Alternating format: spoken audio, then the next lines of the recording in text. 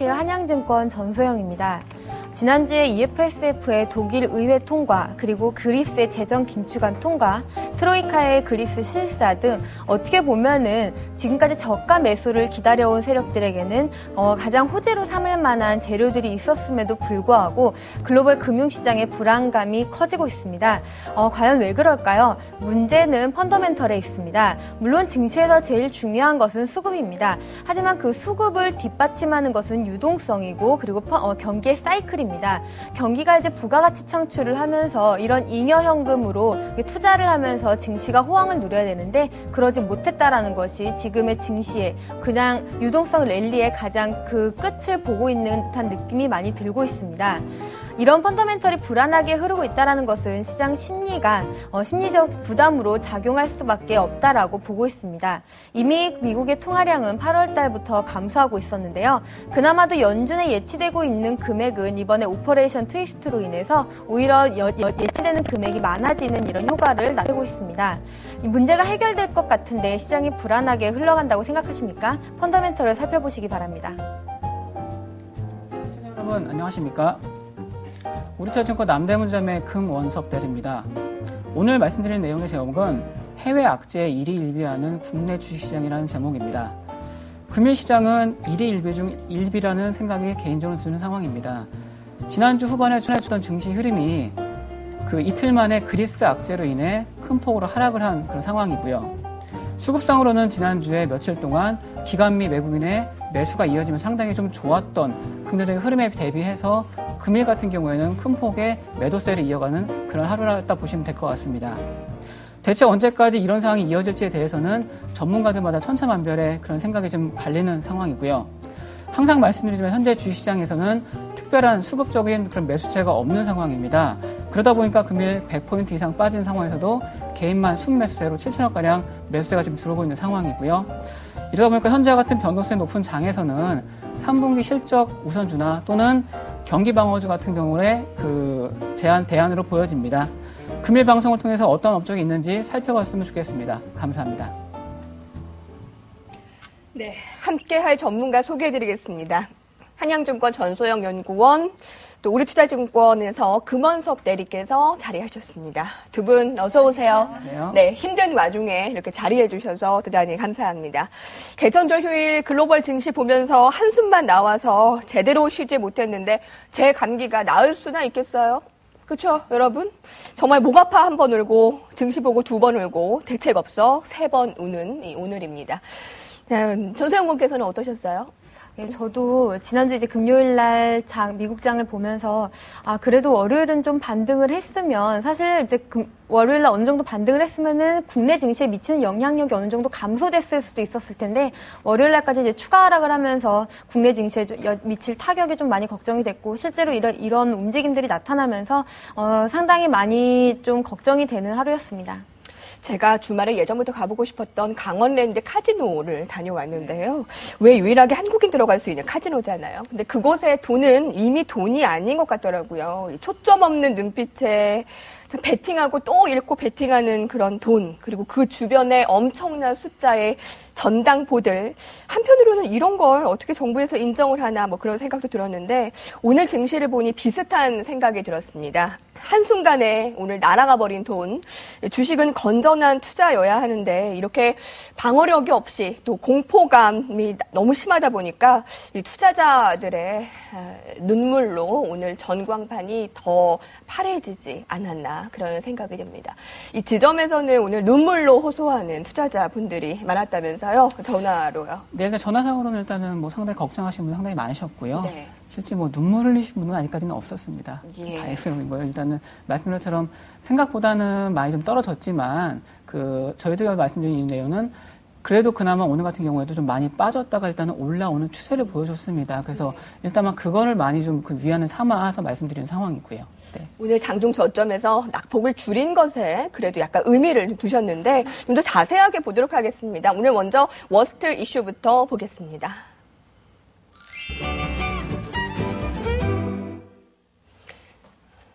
올해 들어 네 번째 사이드카가 발동되었습니다. 환율은 1,200원 선 결국을 돌파하고 말았고요. 이 변동성이 확대된 증시, 오늘 어떠한 일이 있었는지 한번 전소연구께서 분석을 해주실까요? 네, 일단은 이제 유로존 이슈를 먼저 살펴봐야 되겠죠. 지난 주말에 이제 유로존에서 이제 그리스 실사를 나왔습니다. 트로이카가 실사를 나갔고요. 그리고 이제 그리스에서는 이제 재정 감축안에 의회가 통과를 했습니다.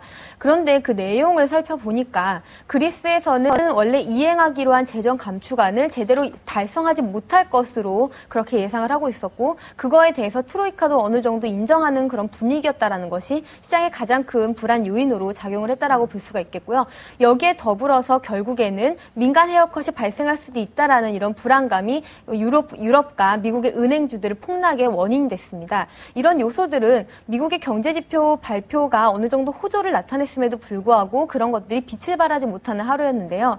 미국의 ISM 제조업 지수가 예상 외에 견조한 성적을 냈고요. 중국의 PMI 지수도 하락세를 계속해서 유지를 했습니다. 그리고 미국의 건설 지출 역시 시장의 예상을 훌쩍 뛰어넘는 플러스 증가세를 보인 것이 어떻게 보면은 그동안 글로벌리 경기 둔화에 의해서 시장이 계속 좌우되어 왔다라면 이런 이슈들은 충분히 딛고 일어설만 했음에도 불구하고 그러지 못했다라는 것이 국내 증시까지 영향을 미치는 그런 요인으로 작용을 하게 됐습니다. 이렇게 이제 미국 경제 지표가 사실 이제 이번 달에 나올 경제 지표는 주목을 많이 하셔야겠지만 어느 정도 이제 지표들이 사실 예상보다는 좋게 나올 가능성이 높습니다. 왜냐하면은 10월 말에 이제 미국의 3분기 GDP가 발표 예정인데요. 네. 그런 것들을 이제 어느 정도 커버하기 위해서는 이번 달에는 좀 지표가 어느 정도 좋게 나와야지만 된다라는 이런 부담감도 없잖아 있을 거고요.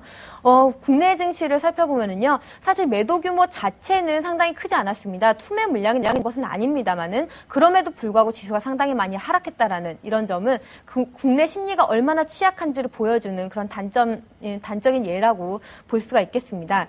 무엇보다도 이제 코스피 급락뿐만이 아니라 달러원 환율이 급등도 사실 국내 시장 참여자들에게 상당히 불안 요인으로 작용할 수가 있겠는데요. 이미 이제 주말에 CDS 프리미엄이 상당히 높은 수치까지 올라가면서 국내 금융시장 전반에 대한 우려가 상당히 깊었던 상태였고요.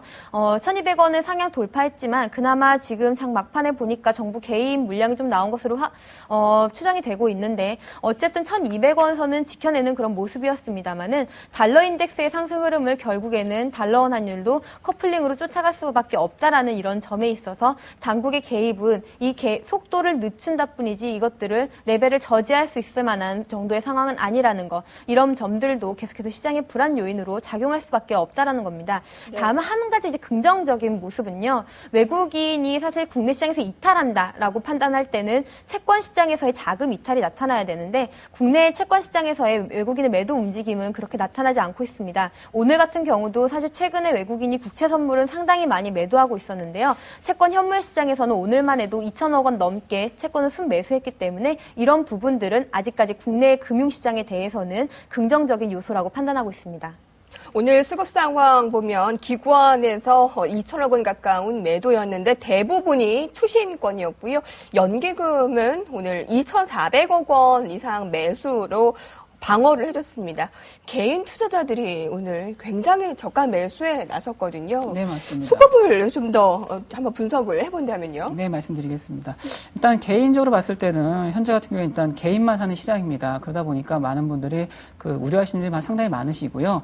오늘 같은 경우에는 일단은 선물 시장에서 네 번째 사이드카 발동이 되었습니다. 그거에 대한 이유가 아시겠지만 수급적인 그런 메리트가 상당히 좀, 매수 주체가 상당히 좀 없다고 보시면 되는 그런 상황이라고 보시면 될 것 같고요. 이런 상황에서 일단은 최근에 기관 외국인의 순매수에 버금가는 오늘 큰 폭의 매도가 좀 나온 상황이고, 그리고 지난주에 큰 폭의 하락 이후에 상당히 좀 호전적인 그런 상당히 좋은 분위기를 찬물에 끼얹는 분위기라, 그래서 그런 상황에서 지금 상당히 좀 약간 어렵게 좀 보고 있는 상황이라 될 수가 있고요. 그러다 보니까 이런 수급 속에서는 주식 매수에 대해서는 약간 좀 보수적인 관점을 가지시는 게 맞을 것 같습니다.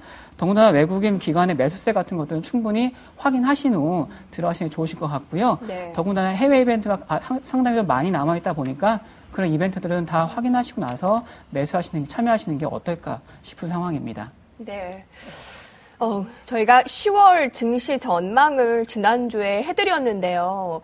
저점이 1650 정도에서 한 평균이 낮춰지는 것 같고요.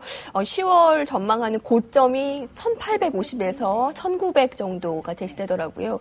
이미 지금 전망의 하단이 지금 위험한 상태거든요. 이렇게 되면 10월 전망이 정말 의미가 있을까 하는 생각이 드는데요. 그래서 이제 최근에 증권사들의 레포트를 보면은 네. 지수 밴드를 확인하기보다는 어떤 종목을 뺐는지, 어떤 종목을 추가 추천하는지 이런 부분들을 좀 살펴보시는 것이 오히려 좀 투자를 하시는 데는 조금 더 도움이 되지 않을까 싶습니다. 그렇군요. 자, 10월이 운명의 달이 될 것 같습니다. 주요 글로벌 이슈를 여러분들께 한눈에 정리를 해드리겠습니다. 함께 보실까요?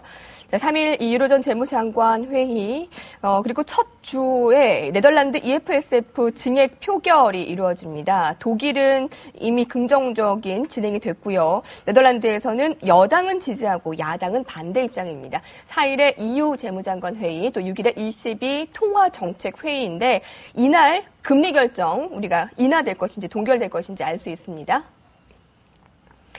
14일에는 그리스, 이탈리아 국채 만기 날이고요. 그리고 13일이 그리스 80억 유로 지급이 결정되는데 원래 진작에 했어야 할 일이었는데 좀 연기가 됐습니다. 이날 확인을 할 수가 있고요. 14, 15일에는 G20 재무장관 회의, 또 17일까지 슬로바키아 EFSF 증액 표결입니다. 21일에는 포르투갈, 스페인, 그리스 국채 만기고요. 31일에는 또 이탈리아, 스페인 국채 만기, ECB 총재 임기가 이제 만료가 됩니다. 그리고 EU 정상회담이 17일, 18일 예정이 되어 있고요. 자, 그래서 지금 10월도 만만치가 않은 달이다라고 얘기를 하고 있습니다. 저희가 대신경제연구소 문정희 선임연구원 전화 연결되어 있는데요. 좀 더 구체적으로 우리가 이런 지표들을 어떻게 바라봐야 되는지 알아보도록 할게요. 안녕하십니까? 네, 안녕하십니까? 네, 그리스의 디폴트 우려 확산이 되고 있는데 그 현실화될 가능성이 어느 정도입니까? 예, 지금 사실상 이제 그리스 재정 상황이나 아니면 최근에 그리스 국채금리, CDS 이런 것들을 보면은 이미 디폴트에 처해 있다고 판단이 되고 있습니다. 그리스의 국채금리 자체가 1년물은 140%, 2년물 60%에 이르기 때문에 사실상 국채 발행을 추가적으로 발행하는 것은 어렵다고 보고 있고요. 그리스의 국가부도위험이 CDS가 9월 중에 이제 5,000포인트를 상회했기 때문에 그리스 채권 국채 자체가 유통도 사실상은 좀 어렵다 보고 있습니다. 지금 트로이카에서 지금 요구하는 게 재정긴축 계획인데요. 이번에 13일 날 발표를 예정인데 현재 그리스 경제 상황이나 아니면 유럽의 경제 상황을 고려했을 때 이 부분도 충족하기 좀 힘든 상황입니다. 그리스 디폴트의 현실 가능성은 매우 높은 상황이고요. 오히려 제가 보기에는 그리스가 디폴트를 선언하여 채무 재조정이나 만기를 연장시켜주는 방안으로 통해서 구제를 받는 것이 그리스 경제나 유럽 경제 그리고 글로벌 금융시장의 불확실성 해소 요인이 될 가능성도 높습니다. 이미 그리스 국채에 대해서는 21% 정도의 민간 채권단과 채무 조정이 있었고요.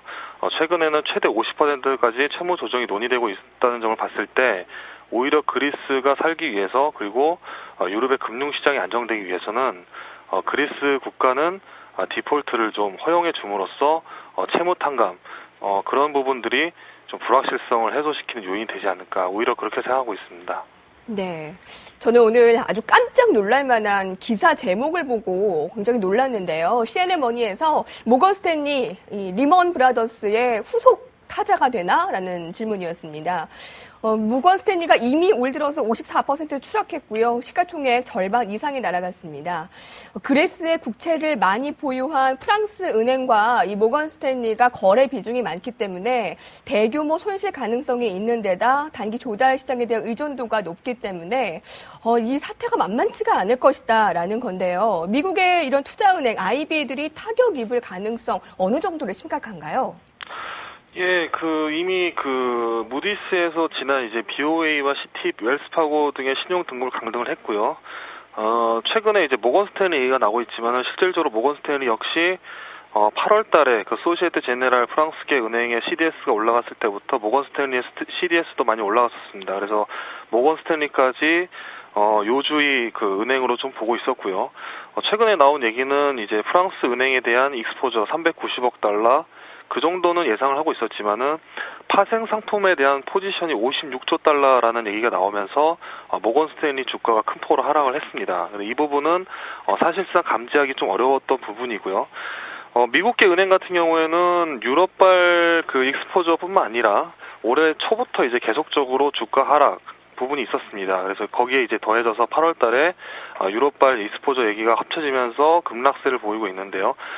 미국계 은행 같은 경우에는 유럽발 익스포저 부분도 상당히 중요하지만은 실질적으로 그 MBS, ABS 보유 그리고 이 부분에 있어서 미국계 이제 부동산 자산에 대해서는 자산의 그 MBS, ABS 부분이 있었고요. 그 부분이 최근에 연체율이 높아지면서 미국계 은행에 자산 상각이 불가피하다는 얘기가 있었습니다. 여기에 8월 달에 유럽발 익스포저가 합쳐지면서 미국계 은행이 리먼의 제2의 리먼이 나오지 않느냐 이런 얘기가 있었습니다. 하지만 지금 그 미국계 은행이나 유럽계 은행 모두가 이제 스트레스 테스트를 거쳤고요.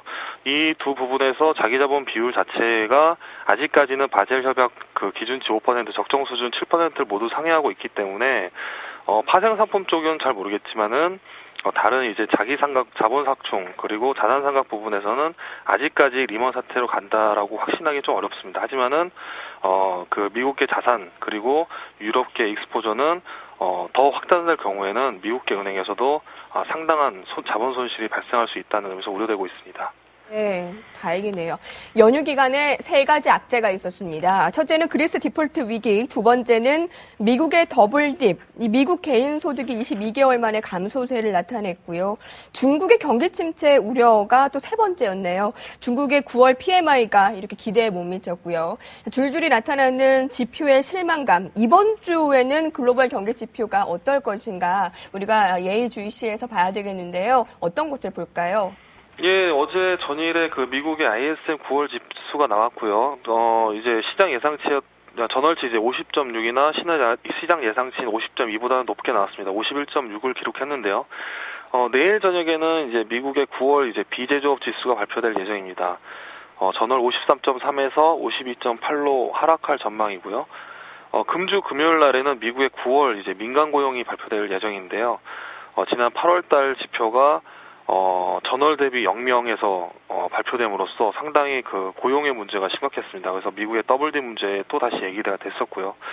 이번에 9월달 예상치는 58,000명이지만은 최근에 그 유럽 그 문제로 인해서 그 글로벌 금융 시장이 상당히 불안하기 때문에 실질적으로 이 정도 민간 고용이 발표될 가능성이 높다고 보기는 좀 어렵습니다. 그리고 58,000명의 민간 고용 같은 경우에는 이전 상반기에 기록했던 평균 한 20만 명이나 아니면 3분기에 기록했던 12만 명에 비해서는 여전히 낮은 수준이기 때문에 민간 고용이 전월보다 올라갔다고 해서 시장이 경기에 대한 미국 경기에 대한 그 실망감을 저버릴 수는 없는 것 같습니다. 그래서 금주에는 이제 내일 나오는 미국의 비제조업 지수와 금요일날 나오는 고용 지표 이것이 가장 중요할 것으로 보고 있습니다. 대신경제연구소 문정희 선임연구원께 들었습니다. 고맙습니다. 네, 감사합니다. 네, 증시의 오늘 좀 안 좋은 상황 속에 우리가 기댈 만한 곳들, 베스트도 이슈들을 정리해봤는데요. 함께 보시죠.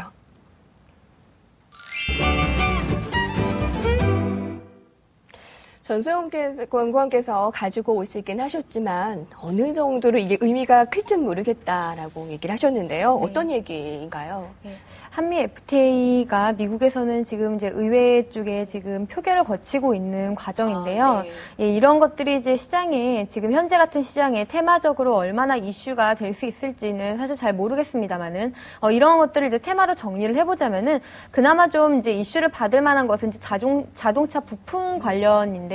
이 자동차 부품이 사실 이제 9월달 자동차 판매 실적이 북미 자동차 판매 실적이 이제 오늘 아침에 나왔는데 미국계 자동차 업계 발표 실적이 상당히 좋은 것으로 나왔고요. 반면에 일본계 자동차 업계는 뭐 마이너스 17% 정도로 급감하는 그런 흐름들을 보였습니다.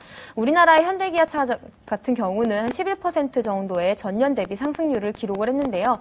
만약에 이 FTA 관련 이제 수혜주로 자동차 관련이 언급이 된다면 완성차보다는 관련 자동차 부품주가 조금 더 수혜를 받지 않을까 싶습니다. 왜냐하면은 이번 9월달 발표가 미국계 자동차 업계가 상당히 좀 좋은 실적을 보였기 때문에 그 자동차 업계까지 아우를 수 있는 부품 관련 업체들이 조금 더 좀 힘을 받을 수 있겠고요. 그리고 만약에 환율이 지금과 같이 약간 높은 수준에서 계속해서 형성이 된다라면 환율 관련된 그런 이익 전망도 기대가 될 만합니다. 네.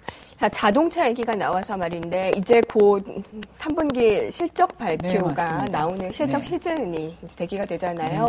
대체적으로 이제 전 종목들이 지난 분기보다는 하향될 것으로 우리가 전망은 하고 있습니다. 그나마 살아남을 것이 자동차 정도인데 그것도 상대적인 것이지 좋지는 않다라고 얘기를 하더라고요. 이렇게 되면 이제 3분기 실적 시즌을 대비해서 우리가 예상을 해볼 필요가 있는데 어떻게 저희가 좀 정리를 하면 될까요? 일단 뭐 3분기 실적 관련해서 말씀도 드리겠습니다. 지금 같은 경우 일단은 과거를 따져봤을 때 현재보다 10년간의 국내 주식 증시를 살펴보았을 때 현재처럼 경기 침체 시 실적 전망이 하향되었던 적이 총 5번 정도가 있었습니다. 일반적으로 일시적 침체하고 극단적 침체라고 나눠볼 수가 있는데 일시적 침체 같은 경우 총 4번 정도가 나왔었고요. 그 극단적 침체 같은 경우는 총 40% 내외 하향이 돼가지고 2008년도 금융위기 때 발생했다고 보시면 될 것 같습니다. 그 외에 말씀드린 일시적 침체 같은 경우에는 그전 대비 10%가량 정도에서 그 실적 하향치가 대부분 평균적으로 내려왔다 보시면 될 것 같고요. 일반적으로 이런 상황에서는 현재 같은 경우에는 일시적 침체 현황이라 지금 볼 수가 있는 상황이고요. 그 이번 3분기 같은 경우에는 그 전보다 일단 15에서 20% 정도 일단 실적 하향의 정도가 리스크가 예상되고 있는 상황입니다. 그러다 보니까 현재 1800포인트 일단 기준으로는 12개월 선행퍼가 그 8.1 정도 되고 있는 상황이고요. 여기에서 일단은 그 EPS를 20% 정도 감소시켰을 때는 현재 1800포인트 따졌을 때는 그 퍼가 10배 정도 되는 상황이라 보시면 될 것 같습니다. 그러다 보니까 현재가 지금 1700포인트이기 때문에 실제 퍼상 기준으로는 상당히 많이 떨어져 있는 저퍼 구간이라 보시면 될 것 같고요. 이런 상황에서 일단은 주요 업종의 3분기 실제 현황을 말씀 좀 드려보겠습니다. 중요한 상황이 일단은 말씀하신 것처럼 자동차 업종 같은 경우에는 여러 가지 일단은 많은 그 완성차 업계 또는 그 부품 업계들을 많이 보고 있는 상황인데 실제 부품 업체 쪽으로 일단은 보시는 게 좀 옳은 방법이실 것 같고요. 3분기 실적이 좀 안 좋다고 해도 4분기 실적은 상당히 좀 좋아질 거라 예상이 되고 있는 상황입니다. 그 외에는 일단은 정유화학 쪽 같은 경우에는 일단 화학 쪽보다는 정유업종을 일단 좋게 보고 있는 상황이고요. 당연히 이제 배당 메리트뿐만 아니라 4분기 난방유 수요까지 상당히 좀 좋게 보고 있는 상황입니다. 그래서 일단은 그 업종에 대한 내용을 여기까지만 말씀드려보겠습니다. 네. 자, 많게는 지난 분기보다 30-40%가량 실적 하향을 전망하고 있습니다. 그 가운데서 좀 견조한 선방할 업종을 알아봤고요. 뚜껑을 열어봐야 하겠지만 우리가 너무 기대를 안 하면 또 그거보다 조금만 잘 나와도 또 반등을 할 수 있지 않을까 약간의 좀 기대를 해봅니다. 자, 지금까지 베스트 앤 워스트였고요. 지금부터는 전망 쪽으로 좀 더 눈을 돌려보도록 하죠.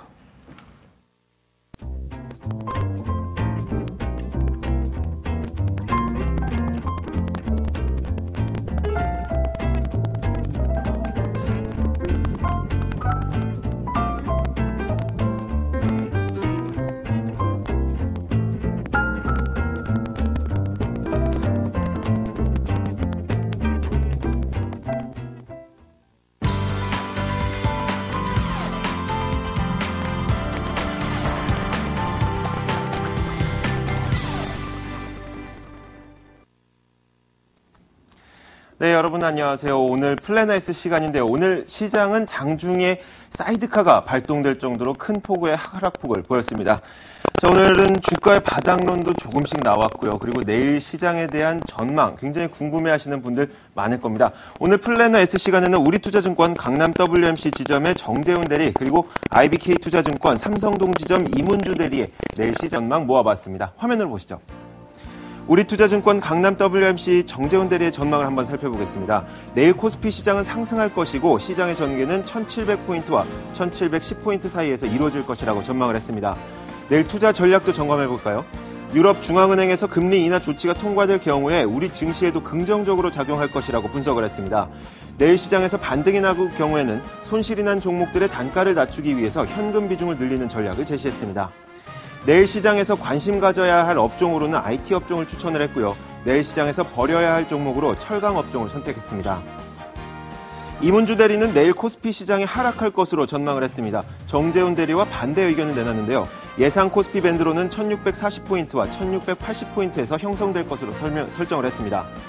내일 시장의 투자 계획 살펴볼까요? 10월 말에 유럽에서 열리는 이벤트들의 결과가 다 나올 때까지는 변동성이 반복될 것이라고 밝혔습니다. 최근 고공행진을 이어가는 환율의 상승 압력 또한 증시 악재로 작용할 것이라면서 내일 관심 가져야 할 업종으로는 자동차와 배당주를 선택을 했고요. 내일 시장에서 버려야 할 종목으로는 금융주와 건설주를 꼽았습니다. 자, 오늘은 이문주 대리를 연결해서 전화로 자세한 내용을 한번 들어보겠습니다. 대리님 안녕하세요. 네, 안녕하세요. 이문주입니다. 네, 안녕하세요. 오늘 시장에서 1700포인트를 코스피가 가까스로 회복을 했습니다. 자, 그런데 지금 이게 내일 시장에서 추가 하락으로 이어질 것인지 아니면은 지금 반등일 것인지 뭐 이런 의문들이 있는데 어떻게 보시나요? 네, 오늘 사실 지수 대응하시느라 많은 투자가분들이 고민스러우셨으리라 생각이 됩니다. 사실 차트상으로는 하락 쪽으로 더 큰 가능성을 열어두고 있는데요. 단기적으로 나누어서 말씀을 드려야 할 것 같은데 장기적으로는 많은 증권사에서 이야기하고 있는 박스권 하단, 즉 저가 매수 시점이라는 것은 아직 확신하기 힘들다라고 생각을 하고 있습니다. 즉 환율이 안정되기 전까지 지수는 이벤트가 있을 때마다 1650포인트 아래쪽으로도 열어두어야 한다는 것입니다. 이러한 상황들의 변곡점이 될 수 있는 시기는 빠르면 10월 말, 늦으면 내년 3월까지도 생각하고 있고요. 사실 개인적으로는 9월 말 EFSF의 재정 확대를 기점으로 이제는 이런 문제들에 대해서 한 단계씩 실질적인 해결키들이 나오고 있다는 점에는 우리가 이제는 이슈들이 소진하는 시점이 언제인가라는 것에 대한 촉각을 세우고 있어야 한다고 판단이 됩니다. 다만 일단 지금의 상황은 증시 안정을 목적지로 거칠게 달려나가고 있는 형국이라 생각이 됩니다. 즉 목적지는 유럽을 비롯한 경제 상황들의 안정이고 그 중간 단계에서 업앤다운을 거듭하며 힘겹게 지나가고 있는 과도기라는 의미라고 보시면 될 것 같습니다. 또한 단기적으로는 이번 주 안에 기술적 반등은 나와줄 수 있을 것이라고 생각을 하고요. 내일 지수가 하락한다 하더라도 이번 주 내에 전저점 부근을 하향 이탈한다고 하더라도 기술적 반등은 있을 수 있을 것이라 판단이 됩니다. 그러나 당분간은 반등을 접할 때 추세 반등이라기보다는 단순한 기술적 반등이라는 점에서 접근을 하셔야 하실 것 같습니다. 네, 기술적 반등에 대한 시장 전략 제시를 해주셨고요. 내일 시장에 대한 전망으로 관심 가져야 할 종목에 배당주를 추천을 해주셨어요. 근데 배당주 같은 경우는 8, 9월에 좀 관심을 가지라고 하는데 그건 좀 늦지 않았는지 혹시 관심 가질 만한 종목이 있다면 추천해 주시겠어요? 네, 사실 지금은 시장을 사고 파는 장이지 개별 종목을 매매하는 장은 아니라고 생각이 됩니다. 즉 전체적인 지수에 대응하는 대부분의 종목을 사고 파는 상황이지 특정 업종의 매수나 매도가 몰리는 장이 아니라는 뜻입니다. 지속적으로 자동차와 배당주를 관심을 가지라고 말씀을 드리고 있는데요. 자동차의 경우에는 사실 실적 개선이 뚜렷한 업종군이므로 저가 매수가 꾸준히 들어오고 있고 배당주의 경우에는 현재 같은 변동성이 큰 장에서의 최소한의 방어막이 될 수 있는 업종군이라고 판단이 됩니다. 일단 최근에 급락세에서도 배당주의 경우 하락 시 하락폭을 제한하면서 포트폴리오를 끌고 갈 수 있는 유일한 종목군들이라는 점에서 관심을 가지셔야 할 것이라고 생각이 됩니다. 관심을 가지실 만한 업종이나 종목은 최근 하락폭이 크고 실적 호재 뉴스가 있는 통신주 정도를 보실 수 있겠습니다. 네, 지금까지 내일 시장 전망에 대해서 IBK투자증권 삼성동 지점 이문주 대리와 함께 알아봤습니다. 대리님 감사합니다. 네, 고맙습니다. 네, 그렇다면 내일 시장 전망에 대해서 스튜디오에 모신 전문가분들은 어떤 생각을 갖고 계실까요? 스튜디오 나와주세요. 네, 오늘 밤에 이후 재무장관 회의 이제 전망이 좀 되고 있는데요. 뉴욕이 워낙에 이틀 동안 쉬는 동안 많이 떨어졌기 때문에 좀 반등이 이뤄질지 모르겠습니다. 먼저 전소연구원의 의견부터 듣도록 할까요?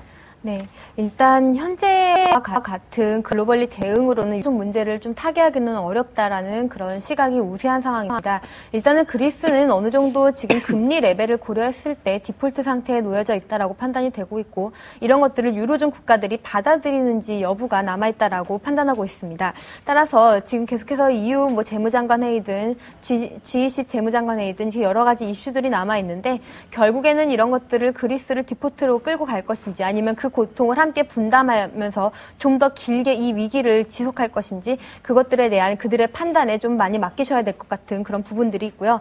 중요한 것은 이런 이슈들뿐만 아니라 경제 성장이 저해되고 있다는 그런 부분입니다. 따라서 글로벌리 경제 둔화 혹은 저성장 우려가 이어지고 있는 만큼 이 부분에 대한 충분한 판단이 필요하리라는 그런 판단이고요. 그리고 특별히 이제 계속해서 통화량이 사실은 시장 증시에도 가장 중요하게 영향을 미칠 만한 그런 이슈입니다. 따라서 글로벌리 특히나 미국과 중국의 통화량이 어떻게 나오고 있는지 이런 부분들 그리고 이제 이번 주에는 ECB와 그리고 일본 중앙은행의 기준금리 결정이 있는데요. 추가적으로 유동성 공급 방안이 지금 솔솔 이야기가 나오고 있습니다. 따라서 이런 것들이 단기적으로나마나 기술적 반등의 여지를 줄 수 있을 재료이기 때문에 이런 것들에 대해서 좀 관심을 가졌으면 좋겠고요. 다음 주에 있을 FOMC에서도 오퍼레이션 트위스트 이후에 추가적인 방안이 나올지에 대한 여부 이런 것들도 한번 확인하셨으면 좋겠습니다.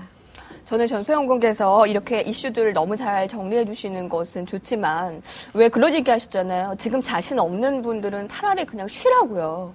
오늘도 오전에 STSI 로그아웃 해버리신 분들 건강에 이게 차라리 나을 것 같다 이런 생각 든다고 하시더라고요. 네, 그렇죠. 네, 자 이슈들이 너무나 많고 또 투자자분들은 이런 거시적인 이슈뿐 아니라 내 종목도 봐야 하기 때문에 너무 정신 없으실 것 같습니다.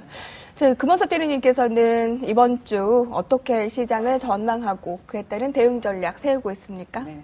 일단은 다들 말씀하신 것처럼 일단은 대외적으로 일단은 유럽발에 대해서는 말씀이 상당히 좀 많으시고요.